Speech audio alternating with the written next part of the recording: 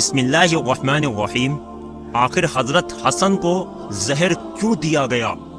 دوستو، آج کی اس ویڈیو میں ہم آپ کو بتائیں گے کہ حضرت حسن رضی اللہ عنہ پر ان کی زندگی میں کیسے کیسے ظلم اٹھائے گئے، اور پھر ساری زندگی پریشان کرنے کے بعد ظالم یزید نے اپنی حکومت جمانے کے لیے حضرت حسن رضی اللہ عنہ کی بیوی ہی کو بہلا پھسلا کر ان کے ذریعے حضرت حسن کو ایسا زہر دیا کہ جس کے اثر سے ان کی آنتیں کٹ کٹ کر گرنے لگیں۔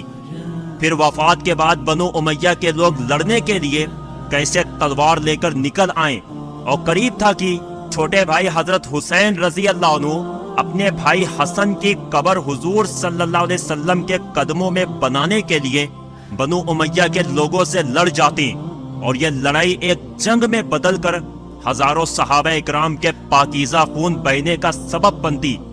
لیکن ایک صحابی نے آ کر کیسے اس معاملے کو رفع دفع کیا۔ آج کی اس ویڈیو میں ہم آپ کے سامنے ان سبھی باتوں کا خلاصہ کریں گے، اور ہزاروں کتابیں پڑھنے کے بعد اس کا نچوڑ آپ کو بتائیں گے۔ بس آپ سے ایک چھوٹی سی درخواست ہے کہ ویڈیو میں آخر تک بنے رہیں اور دیکھیں کہ کیسے ان ظالموں نے دنیا کی حکومت پانے کے لیے نواسہ رسول کا کلیجہ چیر کر اسے تڑپا تڑپا کر مار ڈالا۔ دوستو، حضرت حسن رضی اللہ عنہ کو جس دن زہر دیا گیا وہ اسلامی تاریخ کا سب سے دردناک دن تھا۔ اس کی داستان سن کر سخت سے سخت دل انسان بھی اپنے آنسو نہیں روک سکتا۔ حضرت حسن رضی اللہ عنہ کو ان کی زندگی میں کئی بار زہر دیا گیا، لیکن اللہ نے حضرت حسن کی حفاظت فرمائی۔ لیکن جب تقدیر کا فیصلہ آ پہنچا اور اللہ نے بھی چاہا کہ اب میرے اس پیارے جنت کے پھول کو اتنی زیادہ تکلیفیں نہ دی جائیں، تو آخر وہ زہر اللہ کے حکم سے اثر ہی کر گیا۔ حضرت حسن رضی اللہ عنہ نے تو زہر دینے والے کا نام نہ بتایا، لیکن تاریخ لکھنے والوں نے جو لکھا ہے وہ آج آپ کے سامنے پیش کرتا ہوں۔ یزید نے حضرت حسن رضی اللہ عنہ کی بیوی یزدہ کو بہلا پھسلا کر اس بات پر راضی کر لیا کہ وہ حضرت حسن رضی اللہ عنہ کو ایسا زہر دیں کہ وہ دوبارہ اٹھ نہ سکیں۔ یزید نے حضرت حسن رضی اللہ عنہ کی بیوی سے کہا کہ اگر تم اپنے شوہر کو زہر دے کر مار دو گی تو میں خود تم سے شادی کر لوں گا اور تمہیں محل کی رانی بنا کر رکھوں گا۔ یزید بہت دنوں سے اس سازش میں لگا ہوا تھا کہ وہ کسی طرح اپنے راستے سے حضرت حسن و حسین کو ہٹا دے، کیونکہ وہ جانتا تھا کہ اگر میں نے ان دونوں کو راستے سے ہٹا دیا تو اگلی حکومت کا بادشاہ میں خود بنوں گا۔ جب یزید نے حضرت حسن کی بیوی سے ایسی بات کہی تو اس نے لالچ میں آ کر حضرت حسن کو کئی بار زہر دیا، لیکن اس زہر کا ان پر کوئی اثر نہ ہوتا۔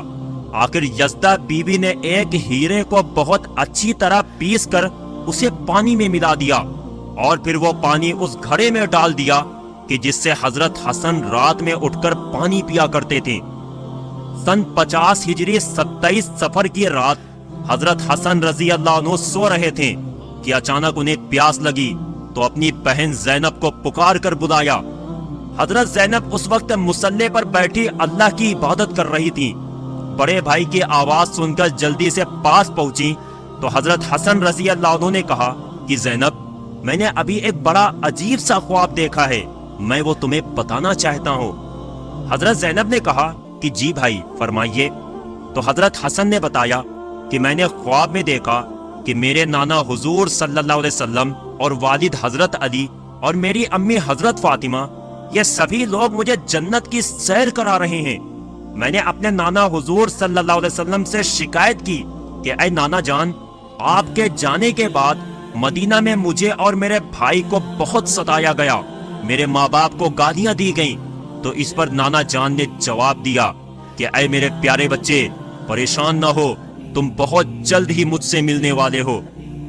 یہ بات جیسے ہی حضرت زینب نے سنی تو آنکھوں میں آنسو بھر آئیں اور سمجھ گئیں کہ اب میرے بڑے بھائی حضرت حسن کے ساتھ کیا ہونے والا ہے۔ امی حضرت فاطمہ اور والد حضرت علی نے تو بہت پہلے ہی ساتھ چھوڑ دیا تھا، اب اس معصوم بہن کا صرف ایک ہی سہارا اپنے دونوں بڑے بھائی حسن و حسین تھے۔ لیکن جب اپنے بھائی کی زبان سے ایسی بات سنی تو خود پر قابو نہ رکھ سکی اور آنکھوں سے بے اختیار آنسو بہنے لگے۔ حضرت حسن رضی اللہ عنہ نے کہا کہ بہن مجھے پیاس لگ رہی ہے، تم جا کر گھڑے سے میرے لیے پانی لے آؤ۔ حضرت زینب پانی بھرنے چلی گئیں۔ اس بیچاری بہن کو خبر بھی نہیں تھی کہ جس چیز سے وہ ڈر رہی تھی آج وہی سب کچھ ہونے جا رہا ہے۔ بہن نے گھڑے سے پانی نکالا اور اپنے بھائی حضرت حسن کے سامنے لا کر رکھ دیا۔ یہ وہی گھڑا تھا کہ جس میں حضرت حسن کی بیوی نے زہر ملایا تھا۔ اب حضرت حسن رضی اللہ عنہ نے جیسے ہی وہ پانی پیا تو پہلے تو کچھ بھی محسوس نہ ہوا، لیکن تھوڑی دیر بعد اچانک وہ پانی اندر ہی اندر آنتوں کو کاٹنے لگا اور پھر خون کی الٹیاں شروع ہو گئیں۔ اس زہر کے اثر سے آنتیں کٹ کر کر باہر گرنے لگیں۔ یہ دیکھ حضرت زینب بہت ڈر گئیں اور رونے لگیں۔ تاریخ لکھنے والوں نے لکھا ہے کہ اس زہر نے حضرت حسن کی آنتوں کے 100 ٹکڑے کر دیے تھے اور 3 دنوں تک انہیں خون کی الٹیاں آتی رہیں۔ زہر کے اثر سے چہرہ بالکل ہرا پڑ گیا تھا۔ ان 3 دنوں میں حضرت حسن ایسی تکلیفوں سے گزر رہے تھے کہ اگر وہ تکلیفیں کسی پہاڑ پر بھی ڈال دی جاتی تو شاید وہ بھی برداشت نہ کر پاتا۔ لیکن آج کوئی مدینہ میں آ کر دیکھ لے کہ حضور کا یہ پیارا سا نواسا کیسے زہر میں تڑپ رہا ہے۔ کچھ لوگ تھے جو حضرت حسن کی ایسی پریشانی دیکھ کر خوش ہو رہے تھے، لیکن مدینہ میں نیک لوگوں کی بھی ایک بڑی تعداد تھی کہ جن کا رو رو کر برا حال ہو چکا تھا۔ حضرت زینب تو بیچاری اپنے بڑے بھائی حضرت حسن کو دیکھتی جاتی اور ایک خاموش فریاد کے ساتھ اللہ کے حضور میں جھولی پھیلا کر دعائیں مانگتی کہ اے اللہ میرے بھائی کو ٹھیک کر دو۔ دوستو، آج مدینہ کے ایک کچے گھر میں زہر میں تڑپتا یہ انسان کوئی اور نہیں بلکہ وہ ہستی ہے کہ جسے حضور صلی اللہ علیہ وسلم اپنے کندھوں پر بٹھا کر بازاروں میں گھماتے اور لوگوں سے کہتے کہ اے لوگو، یہ دونوں بچے میری آنکھوں کی ٹھنڈک ہیں، جس نے انہیں تکلیف دی اس نے مجھے تکلیف دی۔ اے اللہ، جو بھی میرے حسن حسین سے محبت کرے آپ بھی اس سے محبت کرنا۔